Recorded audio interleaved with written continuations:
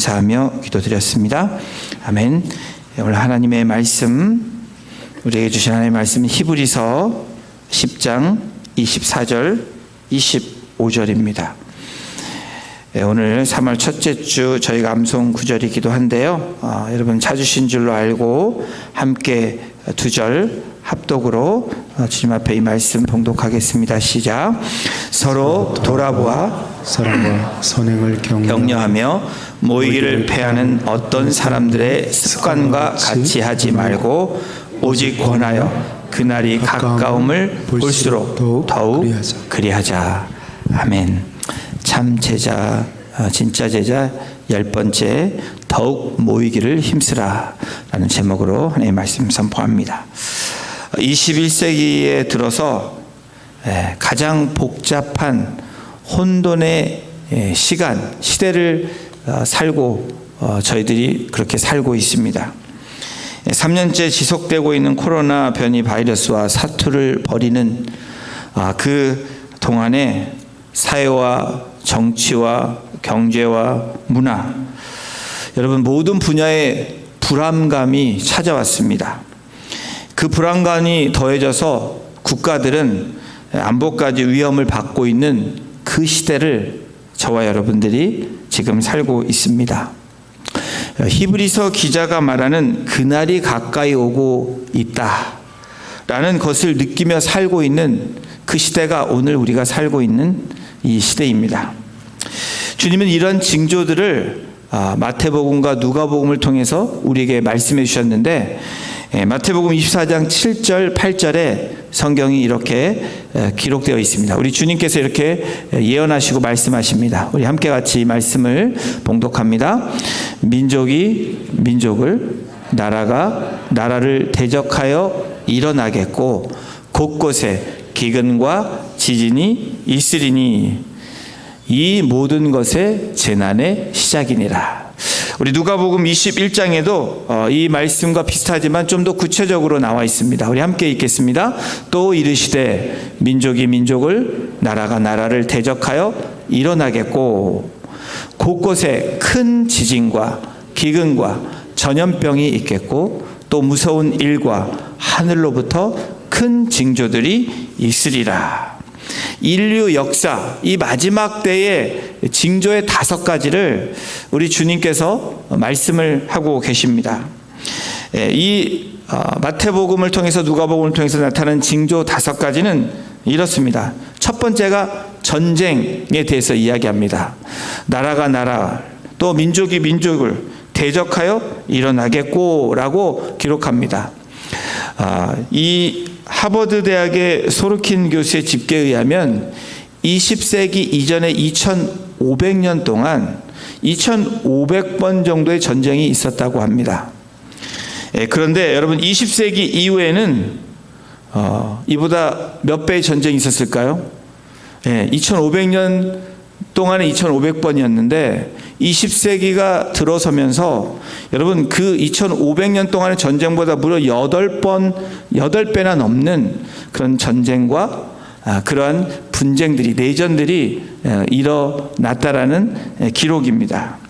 여전히 지금도 우리가 알고 있는 우크라이나와 러시아의 이 전쟁과 이 내전들이 계속해서 일어나고 있습니다.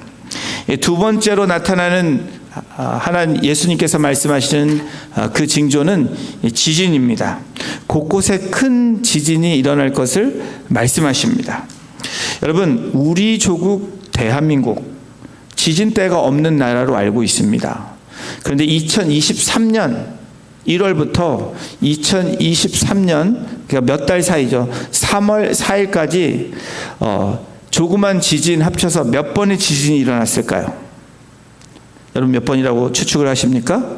무려 기록에 의하면 약한 미진 4.0까지 지진이지만 137번의 지진이 일어났다라고 지금 데이터가 그렇게 나오고 있습니다. 터키와 시리아에 뒤흔든 규모 7.8의 강진으로 인해서 큰 지진이죠. 많은 사망자가 지금 났고 많은 이재민 그리고 지금 여전히 고통받고 있는 저편에 다른 곳에 살고 있는 사람들이 지금 현재 하고 있습니다. 여러분, 역대 지진에 따른 사망자 수 집계를 제가 한번 찾아보았습니다.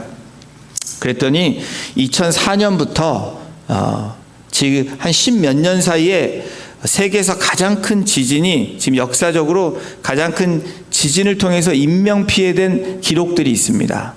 첫 번째 가장 큰 인명피해는 IT 지진입니다. 2010년도에 무려 31만 6천 명 이상의 사상자를 냈습니다. 그리고 두 번째 큰 지진은 우리가 알고 있는 쓰나미, 2004년에 일어났죠. 22만 7천 명 정도의 사상자가 났습니다. 그리고 2008년 중국 성도의 쓰촨성에서도 8만 명 이상의 사망자가 났고요. 그리고 2005년 파키스탄 지진에도 그렇습니다. 그리고 저희들 조금 전에 얘기했던 2월 6일 났던 올해 지진은 전 세계 인명피해는 11번째라고 이야기를 합니다. 이렇게 기근을, 전쟁을 통해서 징조를 예수님이 말씀하십니다. 그리고 마지막 때 세 번째 징조는 기근입니다. 여러분, 극심한 기근을 경험하고 있는 전 세계에 물이 부족하고 또 그것으로 인해서 여러분 기후변화로 인해서 식량이 잘 되지 않고 부족한 그런 사태가 일어납니다. 가뭄과 홍수가 그 어느 때보다도 심한 그런 시대가 지금 시대입니다. 물가 폭등이 일어나고 있습니다. 여러분, 놀랍게도 세계 인구의 70%가 어떤 삶을 살고 있냐면 배고픔을 가지고 잠을 드는 그 인구가 세계 70%나 된다라는 데이터가 있습니다. 그만큼 기근으로 인해서 어려운 그런 시간들을 경험하고 있습니다. 네 번째 나타나는 징조는 성경에 전염병이라고 주님이 말씀합니다. 갈수록 이전에 없었던 희귀한 전염병들이 이 세상을 강타하고 있습니다. 우리들에게도 3년이라는 전에 경험하지 못했던 코로나 바이러스로 인해서 많은 사람들이 고통을 받고 지금 어려움을 여전히 경험하고 있습니다. 성경에서도 놀랍게도 이 전염병과 그리고 전쟁을 통해서 하나님께서 가장 많이 심판하신 사용의 도구가 바로 전쟁과 그리고 전염병이었습니다. 그리고 다섯 번째 나타나는 그 징조는 하늘의 징조입니다. 여러분, 하늘로부터 큰 징조들이 있을 것이다 라고 주님께서 말씀해 주셨는데, 하늘부터 나타나는 큰 징조가 여러분 무엇입니까? 여러분, 테드라드 현상이라는 거 들어보셨죠? 테드라드는 달이 핏빛으로 변하는 이 월식을 이야기합니다. 사도행전 2장 20절에도 성경이 이렇게 말씀하고 있습니다. 우리 함께 읽어보겠습니다. 주의 크고 영화로운 날이 이르기 전에 해가 변하여 어두워지고 달이 변하여 피가 되리다.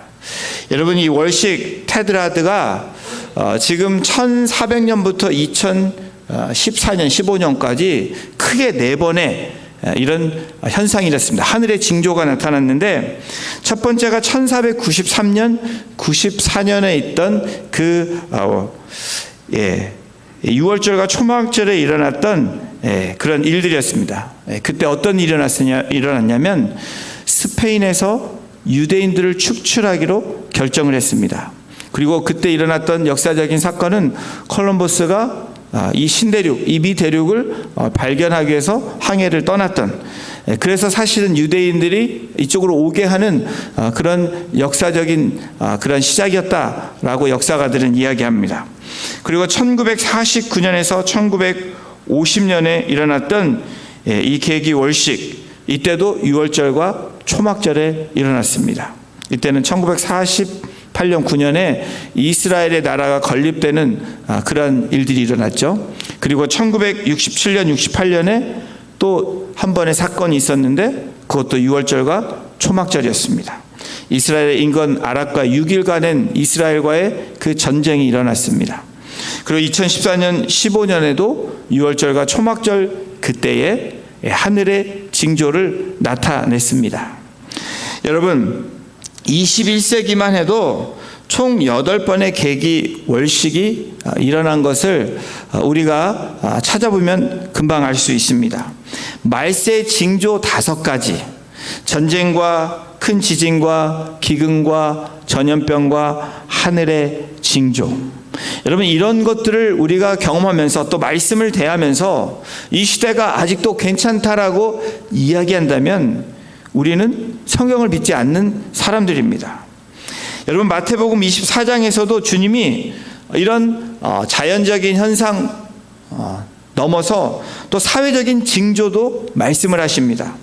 불법이 성함으로 많은 사람이 사랑이 식어지는 그러한 때를 맞이할 것이다 라고 마지막 때 징조를 이야기합니다. 그리고 영적인 징조를 얘기하시는데 그때는 거짓 선지자가 많이 나타날 것이다. 그래서 너희들을 유혹할 것이다 라고 마태복음을 통해서 주님께서 말씀하셨습니다.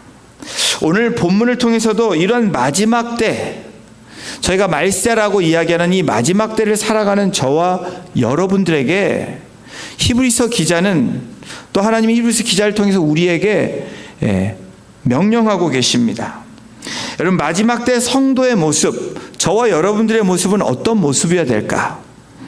첫 번째로 마지막 때 성도의 모습은 이렇습니다. 우리 함께 같이 읽겠습니다. 시작. 서로 돌아보아 사랑과 선행을 격려해야 하는 것입니다. 여러분, 성경에서 이 24절에서 제일 먼저 시작되는 단어가 서로입니다. 여러분, 성경에는 서로 사랑하라, 서로 화목하라, 서로 용서하라, 그리고 서로 용납하라, 서로 무난하라, 서로 짐을 나눠줘라 등등등 성경은 서로라는 그 말을 주님이 많이 사용하고 계십니다. 성경은 그것을 통해서 우리에게 말씀합니다. 이 서로라는 사전적 의미를 보면 관계를 맺고 있는 둘, 그 이상의 대상이 함께 또는 같이라는 의미가 바로 이 서로의 단어의 뜻입니다. 서로, 함께, 같이. 여러분, 이 단어를 좋아하십니까? 아니면은 혼자서, 홀로, 스스로 이 단어를 좋아하십니까? 혼자 밥 먹는 사람은 서로를 좋아하지 않습니다. 그렇죠? 혼밥 시대 그렇죠. 요즘 혼자 밥 먹는 거. 제가 일본에 갔는데 깜짝 놀랐습니다. 오래전 이야기인데도 그냥 혼자 사는 사람들이 너무 많은 거예요. 혼자 밥을 먹고 들어가서 자판기의 나라라고 하잖아요. 돈을 넣고 자판기를 누르면 그냥 가서 스스로 다 해야 되는 겁니다. 너무 갑갑한 모습을 봤습니다. 여러분, 우리가 지금 살고 있는 이 시대가 어떤 시대로 점점 돌아가고 있습니까? 혼자서 하라고, 홀로 하라고, 스스로 하라고. 세상은 그렇게 우리들에게 요구합니다. 사회는 그렇게 점점 변해져 가고 있습니다. 그런데 히브리서 10장 24절에 뭐라고 얘기합니까? 서로 돌아보아 사랑과 선행을 격려하라 라고 얘기합니다. 서로 돌아보라고 이야기합니다. 이 돌아보다라는 이 원래 의미는 심사숙고를 하다, 마음을 쓰다라는 원어의 뜻이 있습니다. 돌아보다라는 것은 심사숙고하는 것입니다. 마음을 쓰는 것입니다. 성도가 성도를 대할 때 특별히 마음을 써야 되는 것을 이야기합니다. 특별히 심사숙고해야 된다라는 겁니다. 이것이 바로 돌아보다라는 의미입니다. 여러분, 그 일이 심사숙고해야 하는 그 일들이 무엇입니까? 바로 성경이 말씀하신 사랑과 선행을 격려하는 것이다 라고 히브리서 기자가 이야기합니다. 이 격려하다라는 이 원어도 보면 부정적인 의미로는 선동할 때 쓰는 선동하다라는 것이 바로 격려하다라는 이 부정적인 의미입니다. 그런데 문자 그대로 번역하면 이 단어는 휘젓는다라는 의미가 있습니다. 격려하는 것은 stir up 하는 겁니다. 여러분, 물 얘기를 또 한번 하겠는데 정수기 물을 따라 마실 때 수저로 여러분 저어서 마시는 분 계십니까? 없죠. 그런데 커피를, 인스턴트 커피 좋아하시죠? 커피를 부어서 할 때 그냥 마시는 분은 없죠? 졌습니다. 무엇이 합칠 때, 그리고 무엇을 만날 때 여러분 무엇을 해줘야 됩니까? 저어줘서 믹스해야 된다는 겁니다. 이것이 우리가 성경이 말하는 격려입니다. 예, 여러분 휘젓는 게 나쁜 의미가 아니고 함께 한다라는 의미입니다. 같이 간다라는 의미입니다. 서로 융합된다라는 의미가 여기에 있습니다. 사랑하는 성도 여러분, 성도가 사랑을 격려하는 방법, 그것은 실제적으로 여러분 우리가 인사하는 겁니다. 우리가 한 주에 누군가에게 인사만 잘해도 여러분 주일날 다시 볼 때 엄청 반갑습니다. 그렇죠?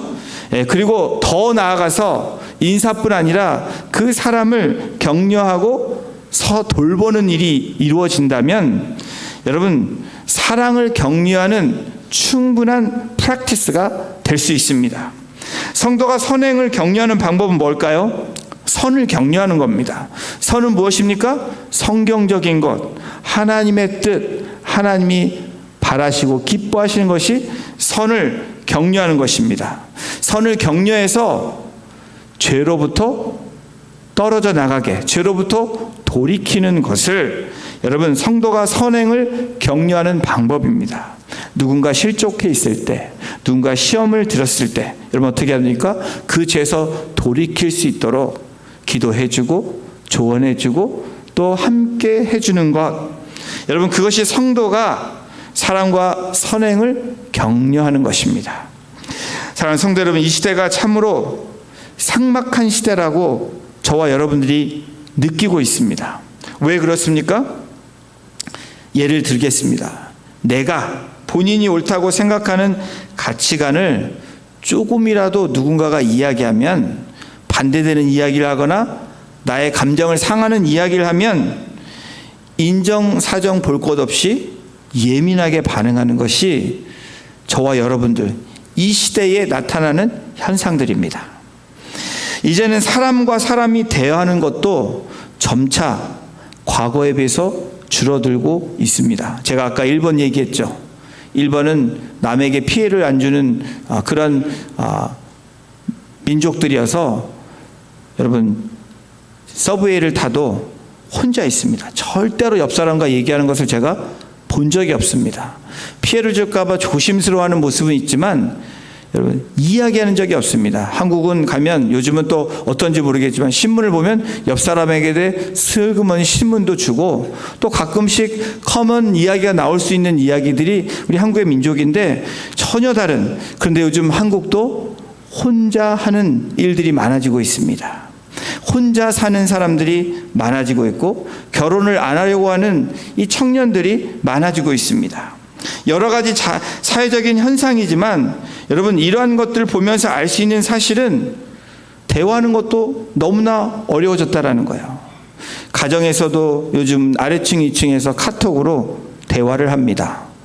옆에 있어도 카톡으로 대화하는 부부들도 있습니다. 말을 하는 것이 힘이 드는 것인지 아니면 정말 보기가 싫어서 그런 건지 이제 익숙해져서 자연스러운 현상으로 나타나고 있습니다. 여러분 믿음의 공동체, 사랑의 공동체라고 하는 우리 공동체는 어떤지, 또 우리 목장에서 우리의 삶에 나타나는 우리의 모습은 어떤지 정말 돌아봐야 되는 시대가 바로 지금 시대입니다.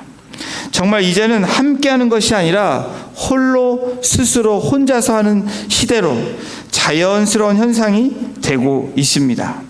여러분 이런 물질 문명이 발달할수록 세상은 무엇라고 유혹을 하냐면 혼자 해야 된다. 인생은 홀로 쓰는 거야. 스스로 해야 되는 거야. 라고 이야기를 합니다. 그런데 성경은 우리에게 무엇이라고 말씀하고 있습니까? 세상과 역행하는 진리의 말씀을 우리에게 말씀하고 있는데 서로 함께 같이 하라고 이야기합니다. 여러분 예배 드리는 모습도 이제는 혼자 예배를 드립니다. 여러분 여러 가지 상황 가운데 그럴 수 있다라고 우리가 한 번쯤은 이해해 줄 수 있습니다. 그런데 한 번이 우연이 되고 우연이 계속되면 운명이 된다라는 이야기가 있잖아요. 여러분 그렇게 우연히 계속해서 우리가 반복적으로 되면 모이는 것, 함께하는 것, 같이 하는 것, 이게 될 수 없게 된다라는 겁니다. 무엇을 서로 함께 같이 하라고 명령하십니까? 사랑과 선행을 함께 같이 하라고 격려하고 계십니다. 그리스도인이라면 반드시 서로 사랑하고 관심을 가지라고 이야기합니다. 이 사랑은 다른 사람의 부족함과 연약함을 끄집어내는 것이 아니라 여러분, 그들이 직면하고 있는 그 어려움 그리고 그 유혹들을 우리가 무엇인지를 사랑의 마음으로, 그 심정으로 살피는 것을 사랑이라고 이야기합니다. 여러분, 혼자 있는 것, 무관심한 것, 그리고 그냥 잘 되겠지라고 그냥 넘어가는 것, 이것은 사랑이 아니라는 겁니다. 그냥 내버려 두고 관심 없는 것, 여러분, 이것은 사랑에 반대되는 행동입니다. 이 시대는 날이 갈수록 죄악이 점점점 확장되어 가는 시대에 우리가 직면하고 있습니다. 사람들을 죄를 밥 먹듯이 먹습니다. 마십니다. 그리고 멸망의 길로 가는 급행열차를 서슴없이 타는 그러한 주변의 사람들을 우리는 경험합니다. 또한 이 악은 우리의 은밀한 보금자리에 찾아든다라는 것을 저와 여러분들이 결코 잊어서는 안 됩니다. 여러분, 오늘날 우리가 사는 사회의 실정입니다. 그래서 혼자 누군가를 내버려 둔다면 어떤 일이 일어나겠습니까? 죄는 언제 들어올까요? 여러분, 그런 얘기 있죠. 혼자 있을 때가 진짜 그 사람의 영성이라고, 영적인 상태라고, 혼자 있을 때 무엇을 하는지 그 사람이 모습이 바로 진짜 모습이라고. 여러분, 근데 그렇게 혼자 내버려두면 어떤 문제가 발생합니까? 넘어지기가 너무 쉽다라는 거예요. 그리고 넘어진 사람을 그대로 내버려 혼자 두면 문제가 발생하게 됩니다.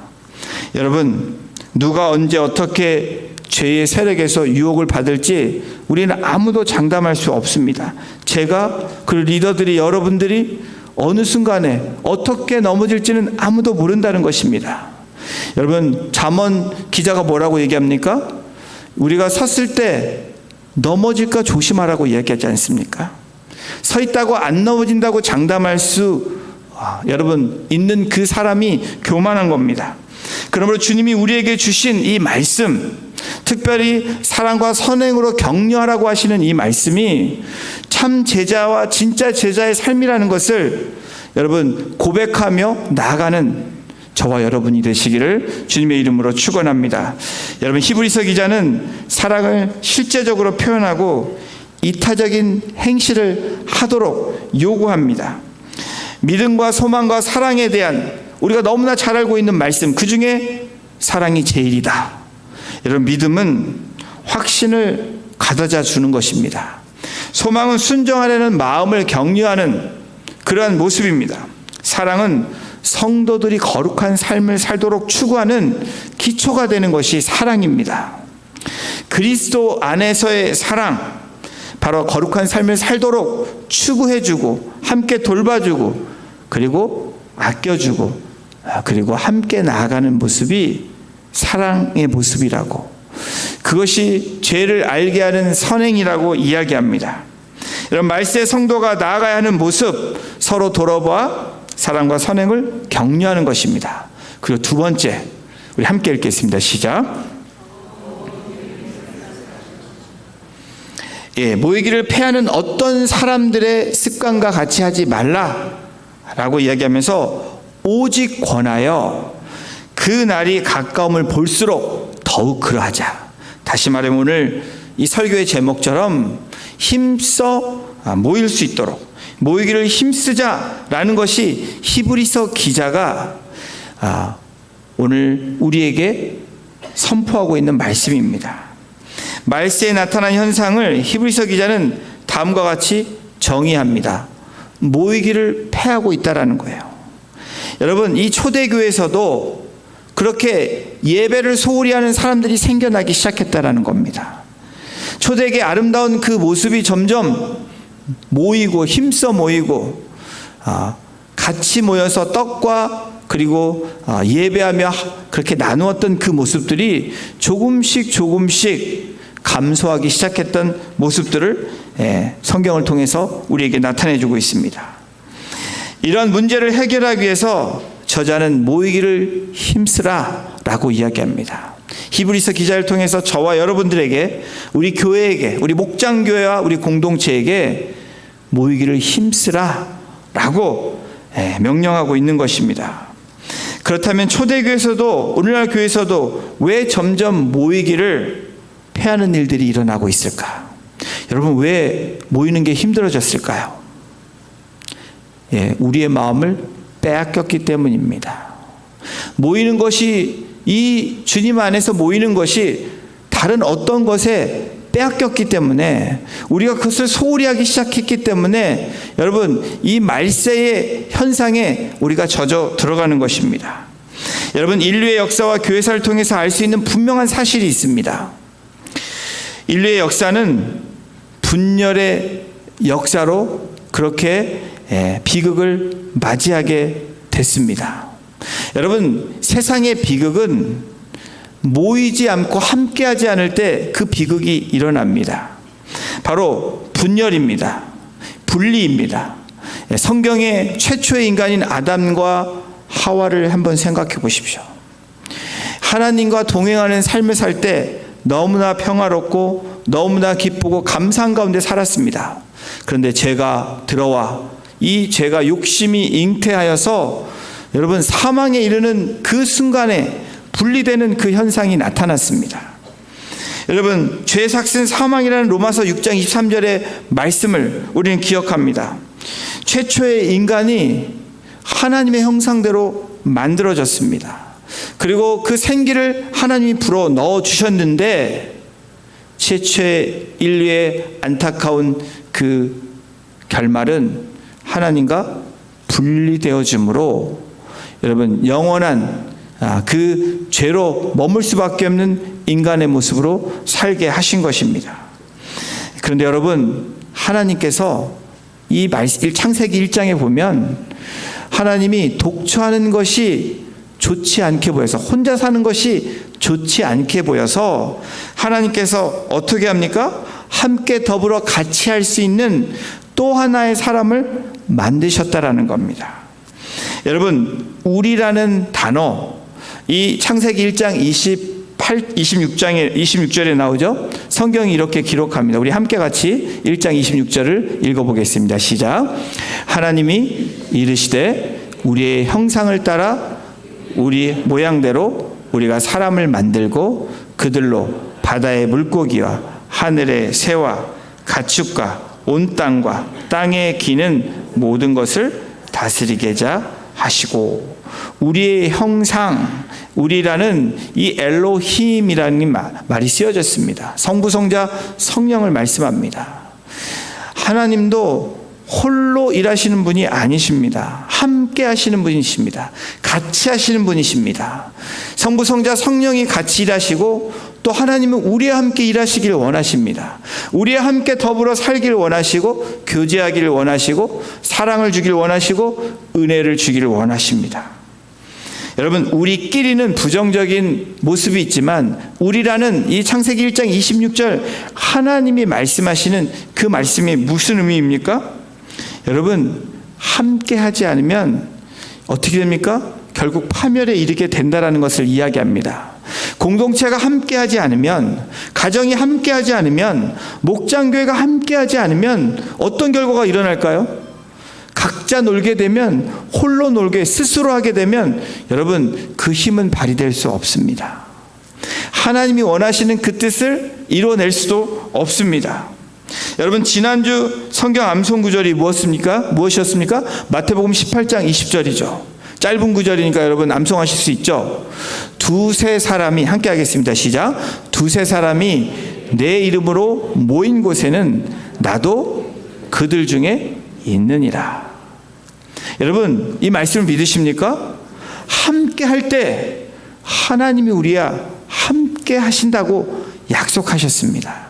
함께, 모두, 같이, 여러분 서로, 이 말은 우리에게 꼭 필요한 말입니다.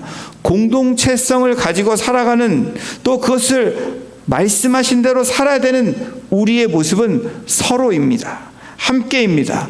같이 하는 것입니다. 사랑하는 성도 여러분, 예수님의 다시 오실 날이 매우 가까움을 우리는 지금 인지하고 있습니다. 자연적인 현상을 통해서, 사회적인 현상을 통해서, 영적인 현상을 통해서 우리가 지금 경험하고 있는 모든 것들을 종합해 보면 성경에 예언하는 말씀이 하나도 빗나가지 않고 있다라는 분명한 사실입니다. 주님이 재림하실 때는 코로나로 우리가 법석을 떨었던 그 시간들이 있습니다. 현재에 일어났던 그 현상과는 비교할 수 없는 그 어마무시한 그러한 대혼란이 닥쳐올 거라는 사실입니다. 갑자기 하늘에 큰 소리가 나고, 성경이 예언하죠. 하나님의 나팔 소리가 나서 천지를 진동하는 그 일들이 일어날 것입니다.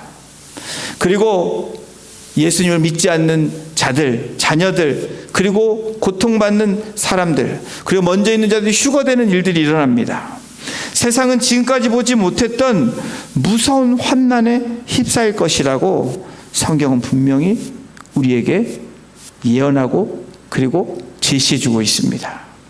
그날이 가까움을 볼수록 우리는 어떻게 주님을 맞이해야 됩니까? 여러분, 그날이 왔다라고, 지금 바로 임박해 왔다라고 느끼는 저와 여러분들이라면 어떻게 해야 됩니까? 첫 번째, 영적으로 깨어 있어야 되겠죠.